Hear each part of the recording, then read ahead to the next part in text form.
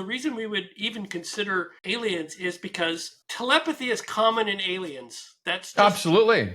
That's just how we do this. And the thing that comes along with telepathy is a very, very strong connection to a part of reality that normally is very subdued for us. Welcome to the Deadly Departed podcast, where the veil between the living and the dead is just a whisper away.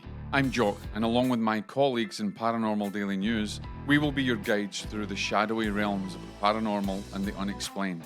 In each episode, we will dive into the eerie and the enigmatic with the help of today's leading experts in parapsychology, science, and the supernatural. Prepare to uncover the secrets that lurk in the dark and explore the mysteries that defy explanation. Let's embark on this journey now. Good evening, good afternoon, good morning, ladies and gentlemen. This is Jock here. This is Deadly Departed. I'm joined here with my very good friend, PDN science editor, Craig Weiler.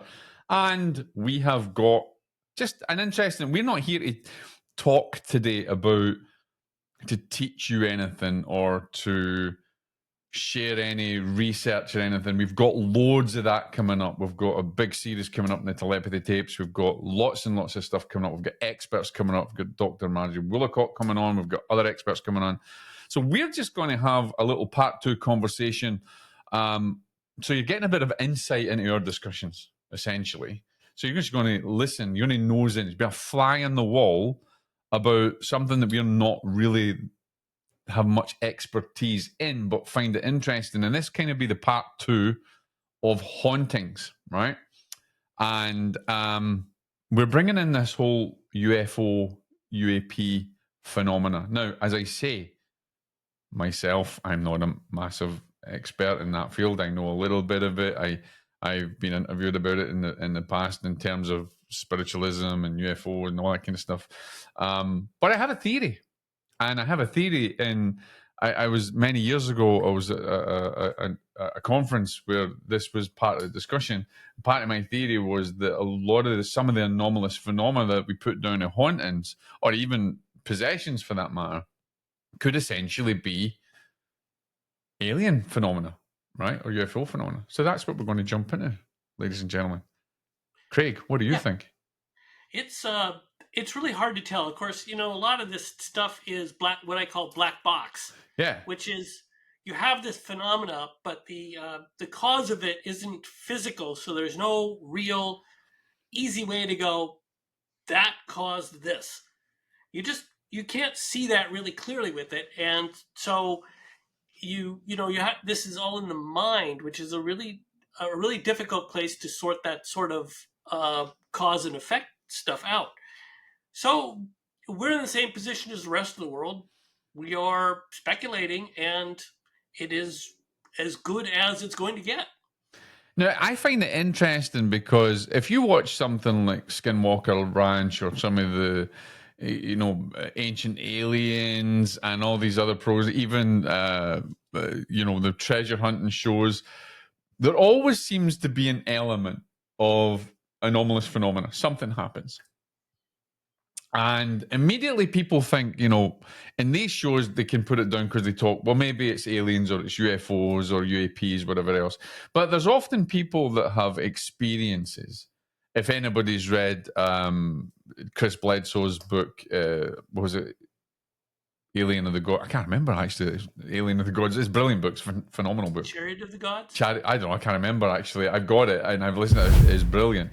And obviously, he's experienced a lot of anomalous phenomena and continues to experience it. But there's other people out there that have claimed that they've been abducted. And I don't know if you've watched, there's an alien show, there's Harry the Alien, there's a show out there on, I don't know if it's Netflix or something, it's absolutely hilarious. But they've actually taken a lot of this phenomena of even a possessive state or an abduction or lights and various anomalies and things moving. And it kind of does replicate as what people would think would be a haunting.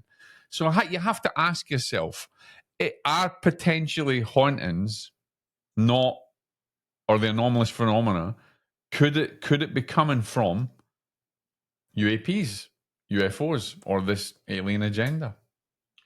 Well, first of all, the show's called Resident Alien.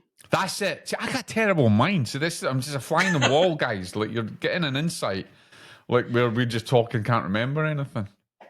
Yeah. So, That's hilarious. By have you seen it, Resident Alien? oh yeah, but as soon as it comes out, boy, I'm right there. It's When amazing. they It's drop a brilliant. season, I'm gonna watch the whole I thing. didn't want to watch it. Joe got absolutely hooked on it and was like, "Yeah, you gotta go watch this. It's hilarious." And I'm like, "Nah, I'm just working away, writing an article as I normally do, or doing some research." And then I kept on doing this over the computer, all right. And then laughing, and then I got into it, and I was gone. Well, I tried to get my wife interested, and she watched the first 5 minutes of the guy clowning around, and it's like, nope. I said, That was the exactly. end of that. I honestly, it is hilarious. Now, see, a show like that, right, has got anomalous phenomena that happens. They've obviously did their research, and then of course you've got other shows like Skinwalker where there's anomalous phenomena that happens.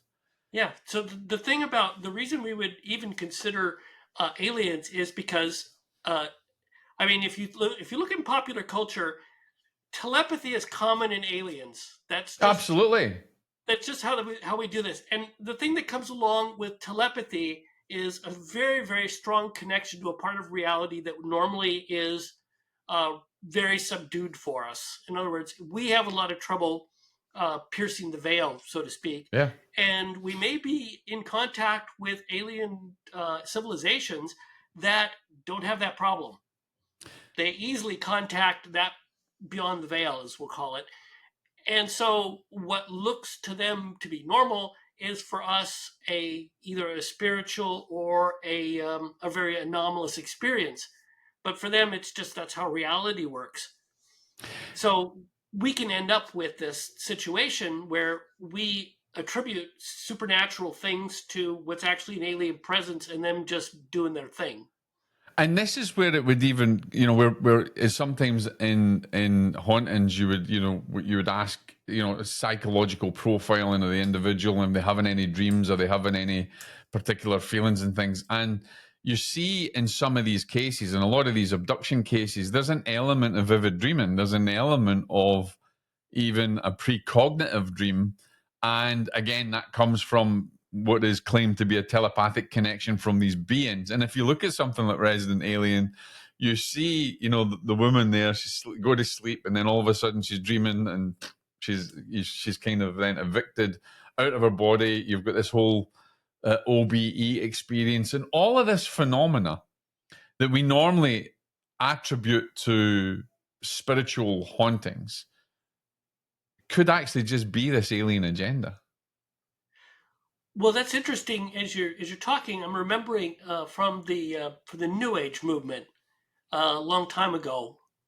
We're talking like 90s, so this is a very long time ago.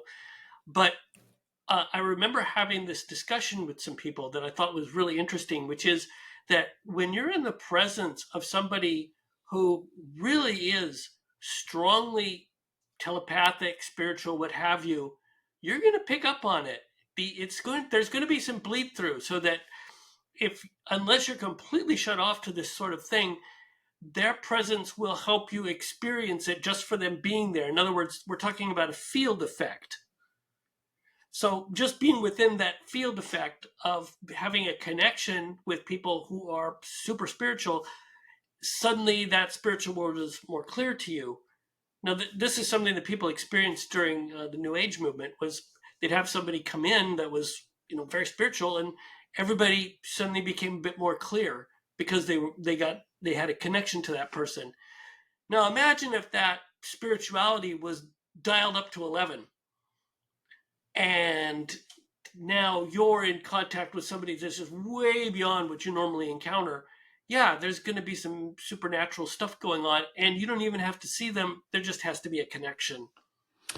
It's interesting because in the work I've done over the years in mediumship, and even when we were teaching the connection, I've always taught, my wife has taught, we taught in our church that it was a mind-to-mind connection. We taught that it was a telepathic connection, and that telepathy, which is something that we're going to jump into a lot more from the telepathy tapes. We've got a whole big series coming up about that, but this is interesting. This is partly a haunting type experience as well. We always used to teach, or always used to explain to our students that the way that we communicate with spirit, the way that we communicate on the other side, or the way that it is a telepathic connection. It's a mind-to-mind connection, is what we would say. And so a lot of this phenomena that you have from aliens, or whatever you want to call them or label them, and intergalactic. I mean, I'm not really into this whole galactic, interstellar, planetary. The whole consciousness is getting run by alien agenda. I'm very academic. There has to be evidence. There has to be a pattern for it for me. But there is a lot of telepathy. There's a lot of examples and a lot of the phenomena that happens from dreams, dream states, from them even hearing voices, starting to communicate. And so here's the other thing. Are we pathologizing? Does psychology, does psychiatry pathologize something that we would see as a haunting or a mystical experience wrongly, when it could actually be a UFO type alien presence? You hear a lot of these people that have seen UFOs, and it's been loads and loads of TV shows. I don't know if I can't remember some of the ones that I've watched recently, but TV shows where they will have an experience where they're viewing a particular UFO, and they hear things, or they feel like they get a connection. They feel like they're being downloaded information, and it kind of makes sense. And I think that's the same way if you look at the TV show on Ancient Aliens. They've covered that so many different ways that maybe we're ignorant to the fact that the real way to communicate is through this mind-to-mind, this telepathic ability, and that we're like ancient civilization utilizing our vocal cords in our mouths. I have talked to people who claimed to have been, like one woman was describing, she was sitting back in a hot tub and had this, suddenly felt information just like coming from this alien presence that she had been in contact with, and she just felt like this is being downloaded. I just need to relax. Yeah. So yeah, I mean, people have had these experiences. See, I'm still skeptical of that though, unless it has evidence for me. It's like, because anybody can sit back and say I'm getting downloaded information. I've met people who have claimed they've got downloaded information from aliens or from angels, and it don't add up. And there's no evidence to it, and anybody can say anything. And this is the problem that we have in parapsychology and science, is that we need something that we can measure. There has to be an element of experience, lived experience, looking at how someone experiences it. But there has to be, and this is where we're missing it out. And so even with this UFO phenomena, or even with these claims of downloads, or what's happening in a haunting situation, there needs to be a measure. There needs to be some kind of evidence for me. Where so many people claim they're channeling. So, and this is another episode. Just channeling and trance for me are two different things. And I can argue till the cows come home, because when you've seen real trance and you see channeling, the channeling is just, it's not the same. And so I would say people that keep saying they got downloads, and this is another thing that drives me nuts, is they hear continual ringing in their ears. This might be a new age thing. And the ringing in the ears, saying they're getting spiritual downloads, and there's this wisdom coming through. Let's face it, it's tinnitus, because I've got constant ringing in my ears, and it's freaking tinnitus, and I ain't getting any downloads from any aliens or angels or anything else. And when I hear spirit, I hear it completely differently. It's not a big whine. So we have to try and get to the bottom of trying to get some kind of being able to measure the experiences to be able to understand it better. Well, from my standpoint, I'd have a slightly different take on that, in that I view these experiences from an anthropological point of view. which is to say that I neither try to confirm or deny them. I just kind of make a note. Okay, this is what they said. This is how this was for them. Okay, thank you.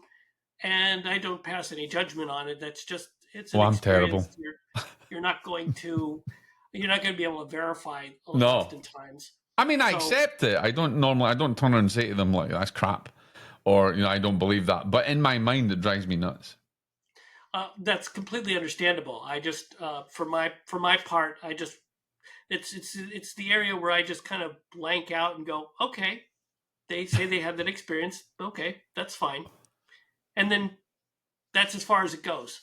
I typically don't try to make anything of it because there's nothing Yeah. to be done with it. When you have this sort of situation, you go, eventually you get to the point where you say, what am I going to do with this? And the answer is nothing. Nothing. Not a thing. So there's no reason to pass judgment on it. There's no reason to think about it anymore. You just make a note of it and move on. Maybe somebody else will say the same thing. Maybe multiple people say that. If enough say it, maybe there's something to it. Here's the thing: there are people then that do have experiences and they do get these downloads, but there is a pattern. There is something that's there. There seems to be a quality to it, or say qualia to the experience, and there's probably warrants further investigation because what they're experiencing, it's like a jigsaw pattern. It's starting to come together, and there's a story. It's like a storyboard. There's something there, and this is where I think that we need to kind of blend what we can measure and what we experience in some way of getting that type of thing, because it's all very well and good as just taking it on board, and yes, we can take these experiences on board, but also I think there's a danger to it because then it kind of leads people up a garden path and up a wrong sense of security, if you like, or misunderstanding things. I think there has to be an element where, and this is perhaps maybe where we build bridges between parapsychology and materialist science, which we've been trying for years and is very difficult to do. It is. And I think one of the problems Yeah. of trying to get parapsychology in with the spiritual group is, first of all, anybody with an ego, that gets flattened.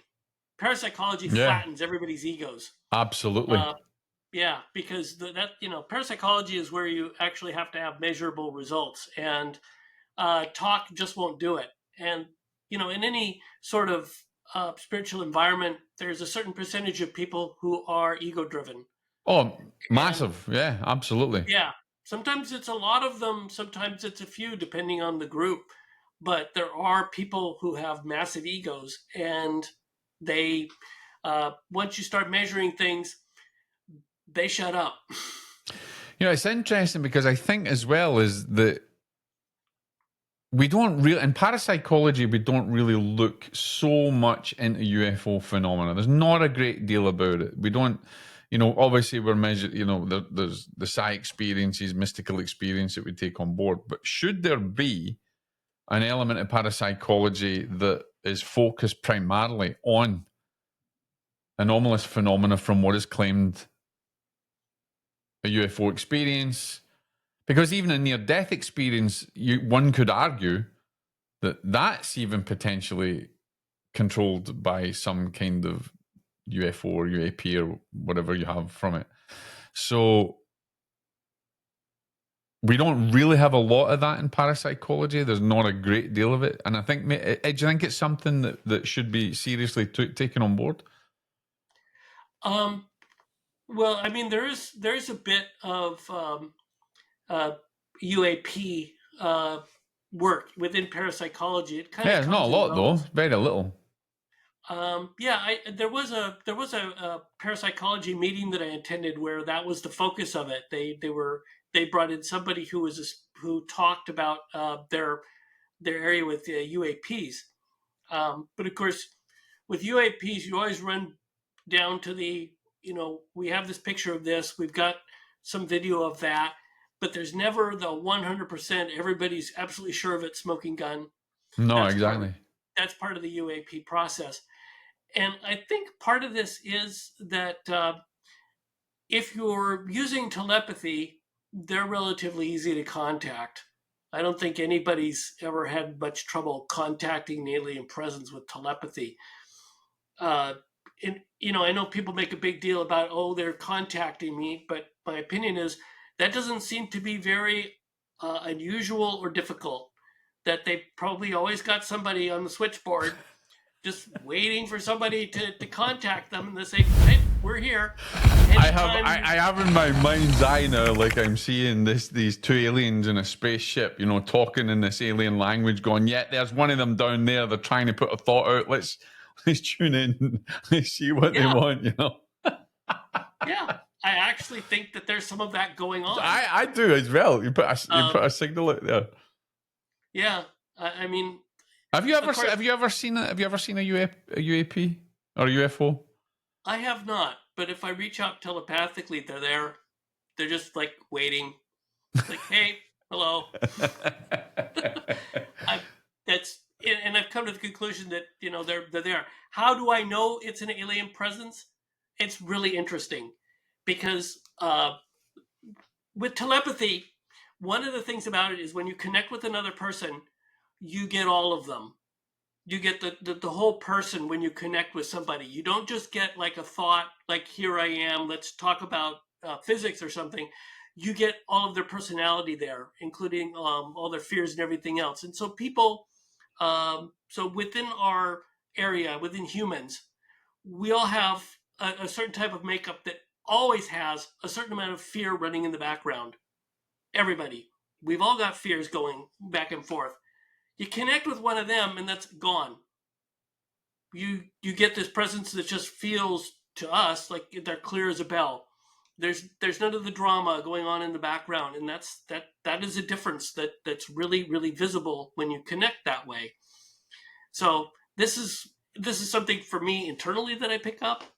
There's no way that I could share that with somebody um, or communicate it any other way, but that's how I personally know there's no fear there. So Have you had personal telepathic experiences yourself? yeah, yeah. Like I said, I don't think they're that unusual or difficult. You I just know have to keep from me at and it. Joe, we've had loads of telepathic experience, and I think every medium, if they're worth their salt, is that's how they're communicating essentially is telepathically.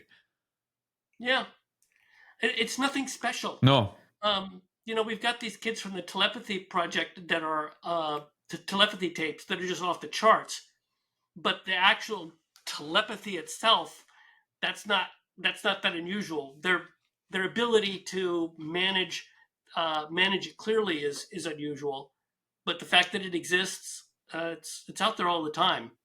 We're always picking up and sending thoughts constantly. We're like these huge receivers and senders all the time, so it's not that unusual.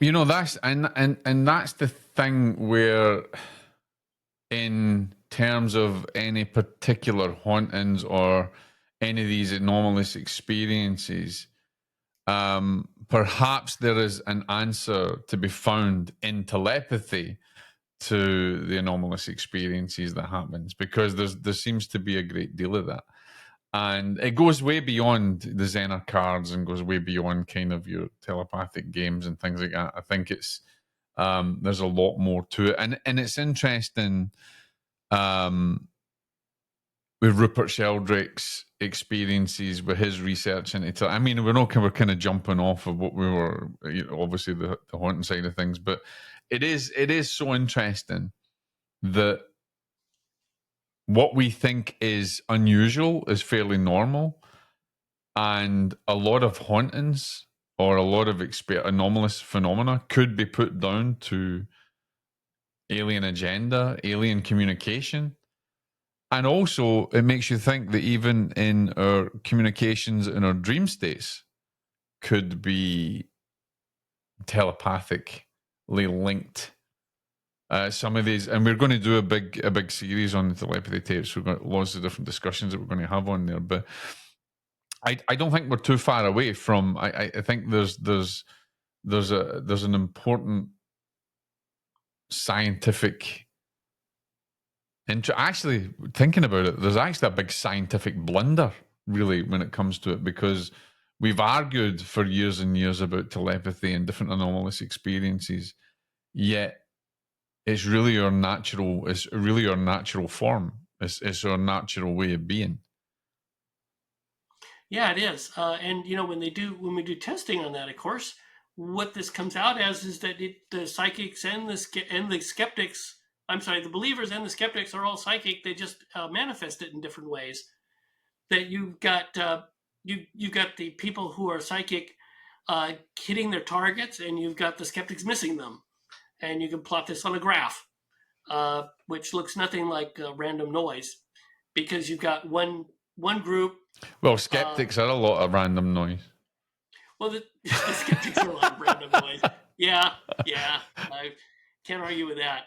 But you've got these people hitting, hitting their targets, and you've got the hitting their targets to a significant degree, and you've got skeptics missing their targets to a significant degree. So everybody's psychic there. Everybody's. It's just they're putting it out differently, and to a certain extent, they're canceling each other out, which suggests that there's a greater system going on there, rather than just people in general. Rather than just individuals.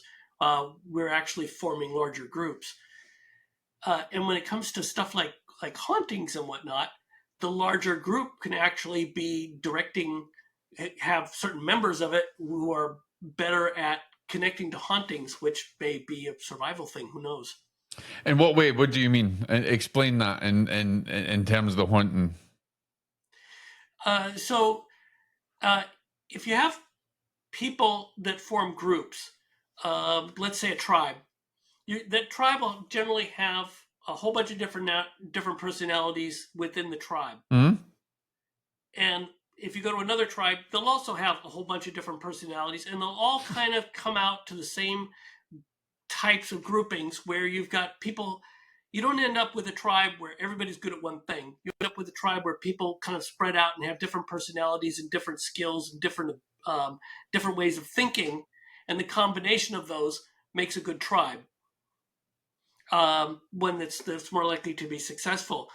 So just at the fringe of the tribe, about 1 or 2% of the people will be able to sense hauntings and dark places and whatnot, and guide away from them.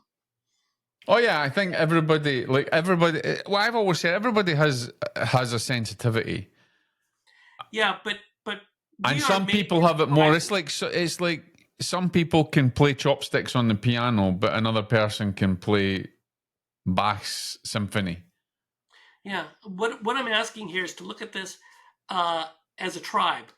That not everybody needs to be sensitive in a tribe. You just need a few people who are sensitive, and everybody else needs to believe them. The problem is, though, is they don't. And this is, and it's interesting because, and I don't want to jump on because we've got, as I said, we've got a big series on it. But in part of that, the telepathy tapes, they talk about a prerequisite is the belief in them. And the belief in these kids, because it allows it, and have it. And that's true. I mean, really, even if you're developing mediumship, developing psychic ability, there's an element where you have to know you can do it and be unequivocal with it. Instead, the minute you question it, kind of deteriorates the potential hit rate or your ability, because you can. It's like imposter syndrome. You can have a skill, but then you falter a little bit. I've been there myself, where I've had a really good day, if I'm sitting down and if I'm doing it, sitting with someone, and I feel strong in belief and knowing and everything else, and it's, and everything works fine. But there's these times where if you falter a little bit, you have a little bit of question, or you don't believe in yourself, or you're having a bad day, then it detracts from it. So I get what you're saying, and a lot of these, this is what you need this in the tribe. But if you've got people in there that are not believing in them, then obviously it's going to affect them. And this is an important aspect of it, is where does belief and knowing come in to any type of phenomena? Well, it's a good question, and I think I'm going to beat this tribe thing to death here. So we used to live in smaller tribes of about 150. Hey, we have a PDN tribe, people, right? When you have an environment like that where everybody's grown up together, then yeah, you have time. Everybody has a chance to learn how to trust everybody Yeah. else, and including the people with the psychic skills, which, as I said, they're about 1 or 2% of any given tribe. You'll have these spiritual people, and so the tribe itself supports them from negativity, so that they can get their work done. And so when we're having modern society, we don't have that anymore. Do you know Uh, actually where we've had? If anybody's read my first book, Powers of the Sixth Sense, I actually talk about this a little bit because we talk about intuition and psychic ability and how 9/11 people pick things up. But what I found, there was many different, because I'm ex-military, as you can see. Here's my unit. There's a lot of, and it's interesting you talk about a tribe, right? Because in the military, in your barracks or in your unit, it is like a tribe. It's like a tribe, and the people have different experiences, people have different skills and everything else. But interestingly, there's a lot of examples of soldiers in battle that almost pick up telepathic messages and telepathic knowings. I spoke once to a sergeant major who was in a war zone in Iraq, and he heard a voice, so a telepathic connection that told him not to go down that, and if he'd have went down that route, he was going to get ambushed, and it was all hell would break loose. Same as people I've talked to, operators in Northern Ireland and Kosovo and places like that, where they're not necessarily claiming that they're psychic or anything else, but in the heat of that battle, there's that tribal where people are trusting. I don't know what it is, but they kind of believe in that leadership, or they believe in them. The unit is so tight. It's like you're saying, it's tribal. And there seems to be a heightened ability that they can pick up telepathic information that's potentially saving their life. And that's essentially what my first book kind of was about, Powers of the Sixth Sense. Not oh that I'm yeah, trying that to has sell all my the book on elements. PDN or anything, but, Craig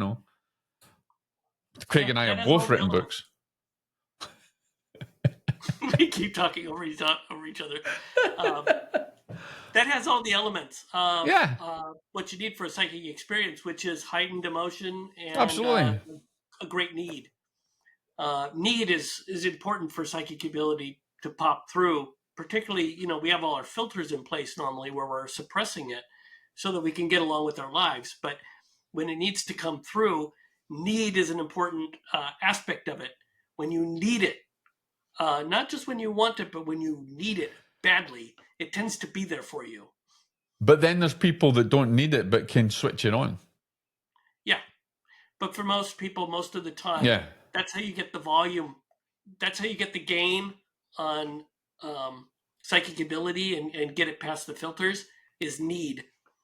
It's interesting as well, because I also think what is needed to develop it is silence, and that was never. And I've said this for years, and that has never been truer since obviously listening to Kai talking in the telepathy tapes, where was it John Paul, or was it one of the kids had to go into silent. They had to put the pillows and everything over the head and have total silence. I remember turning around to Joe and says, "This is what we need to have telepathic connection with loved ones. This is what we need to heighten psychic ability. We need silence." And it's interesting because in the Gansfield experiences, right, it's not necessarily silence, because they play that, they play white noise, or they have that what do you call it, whatever the frequency that goes over. But essentially, it is sensory deprivation. And Mm-hmm. so, and this is what we've always said, is that in developing mediumship, developing psychic ability, there has to be an element where you go into the silence, and that's where the power exists. Yeah, and this as I brought up in a previous article, that you need to quiet certain parts of your brain, most of them on the left side, for that part of your brain to get working. You need to be shutting off other parts. So the from brain scans, what they get is that psychic ability is not lighting up the whole brain. It's specific portions have to be lit and other portions have to dampen down. And when you get the right mix there, then you get relatively strong psychic ability. Do you think, I know there's been examples of this, going back to the whole idea of hauntings and potential UFO and anomalous phenomena from UFO, do you think that someone who's experienced a potential UFO contact or abduction or comes back with their heightened abilities? It's entirely plausible. And the reason is because if you're in the presence of somebody who is forcing your brain to do things differently, in other words, you're basically learning something new, and you're having this experience that you can't turn off, that your filters aren't working, and you get past the point where you're fighting it, which I think is what happens with these experiences. You get past the point where you're fighting against it and you begin to accept it. Then your brain has basically wired itself to be able to do this now. It knows what the pattern is in your mind, in the brain itself, the gray matter, that it's learned the pattern of how to do this. And so once it ends, for example, let's say it's like riding a bike. Well, once you get done with the experience, now you know how to ride the bike. That kind of thing. See, I look at it a little bit differently, where Okay. I don't reckon it comes from the brain. And a lot of neuroscientists, and they're going to freaking hit me for this, but I believe the brain is an expression of the mind. It is a receiver. And so I believe that our mind has the psychological building blocks of our reality. From formlessness, we come form. And so our connection, our power, our psychic capacity exists there. And that from that, the brain is then the receiver. I don't think, I could be wrong, but I feel that really our innate power comes from our mind, which is why in telepathy we're mind-to-mind connection. Because there's been examples as well, and where there hasn't been a brain, yet communication has existed, and phenomena or experience has existed from this. So I kind of am more drawn towards it's the mind, and then the brain becomes the receiver. It's an expression of that. And so I don't believe our psychic ability exists in the brain. I think it is allowed. It's just an expression. So I would agree with that. But no shit. I thought you were going to come back to me with it. No, I agree. But the brain is a receiver, but you have to tune the receiver. Yeah, you do. But I still believe that the mind is the tuning forks. Oh, so you have the mind that's coming through the brain. The brain is the filter. You have to. It's a filter, yeah. It's filter, it's receiving, it's filtered. But I think, and that's right, where it's. There's some tuning that has to happen. You have to get. But here's the thing. Let's say I'm communicating. I'm giving a reading for someone, right? I'm giving a sitting for someone, and I'm starting. And this is interesting, right? And I start to communicate. I believe that I'm having that mind-to-mind telepathic connection, whereas it's not essentially my brain might get in the way and be the filter that then, if I connect into that, I may distort a message. So I need to be able to discern, and I need to have a bypass. I need to bypass it or that way, because I essentially think about it that I don't want the brain to get involved, because I want to have clear, clean, and concise communication from the mind-to-mind connection. So I see the brain as a sieve that can be problematical. Okay, but remember, when you're doing this and you're trying to get in the right frame of mind, you have specific neural connections that are happening in order for this tuning to work properly, which means you have to. So what about the people that don't have the brain and can tune in? Look at Ian Gilchrist's research, Dr. Ian Gilchrist. So. And then split brain phenomena. I don't know what happens with edge cases, but most of us have brains. Is it And we're apart from using them. skeptics? No, I'm only joking. We don't put them down too much, but yeah. So Have you ever there are ate edge brains? cases. I There kind are of now we're digressing. okay. There are definitely edge cases where something different is going on Yeah. because the mind is more than the brain. However, for most of us, most of the time, we have to use we have to use regular brain, which means we have to wire it properly in order for these experiences to occur. Yeah, That's what I we're working get with. it. I do, and I accept it to a point. But I'm still erring towards this whole aspect of the mind, which is but again, that's the exciting thing because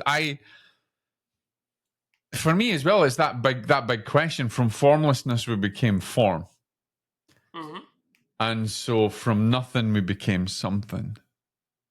And yet, I know that then the communications that we have on the other side, be it alien communication, be it spirit communication, be it activity within a haunting experience that comes from there is no brain involved, right? And intelligent communications comes from where there's no brain.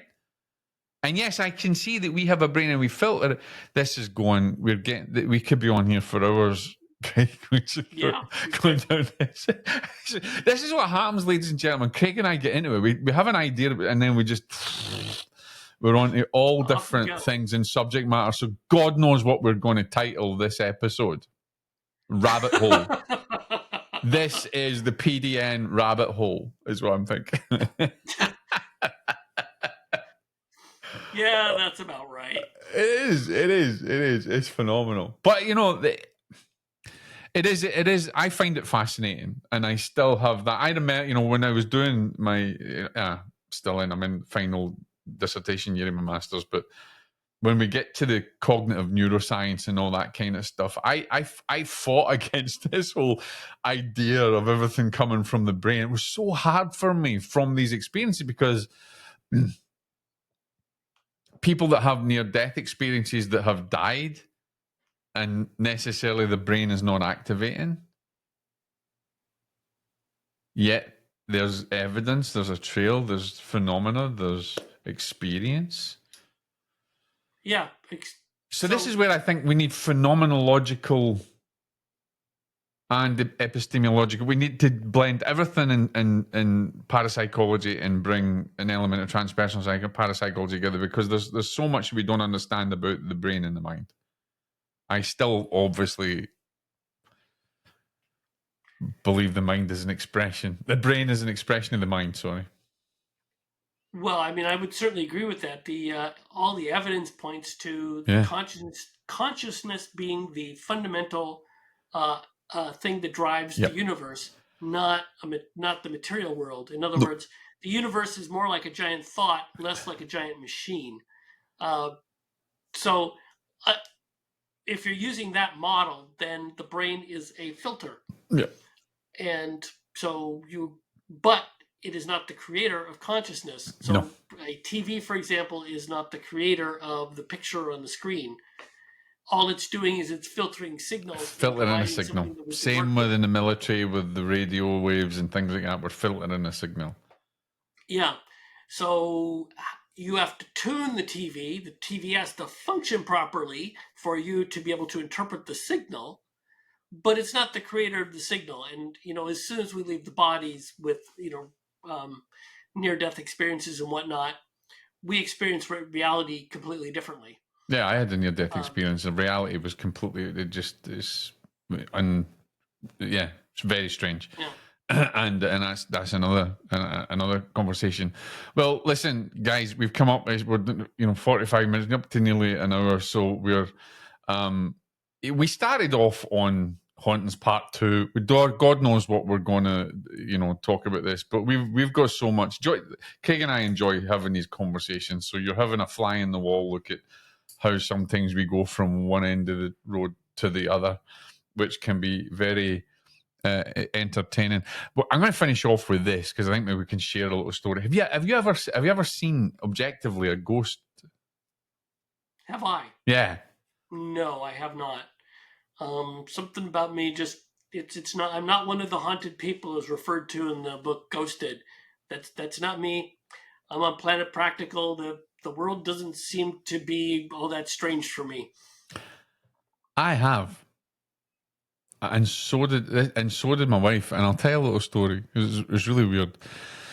We were at a friend's house in just outside Inverness. We used to live in a place called Abriachen, and we were going down for dinner, and Cheryl and Ian's house, and Joe and I went there for dinner one evening. We were coming back, and you can just imagine this: we're in the Scottish Highlands, and it's misty, and it's dark, and there's moonlight coming through.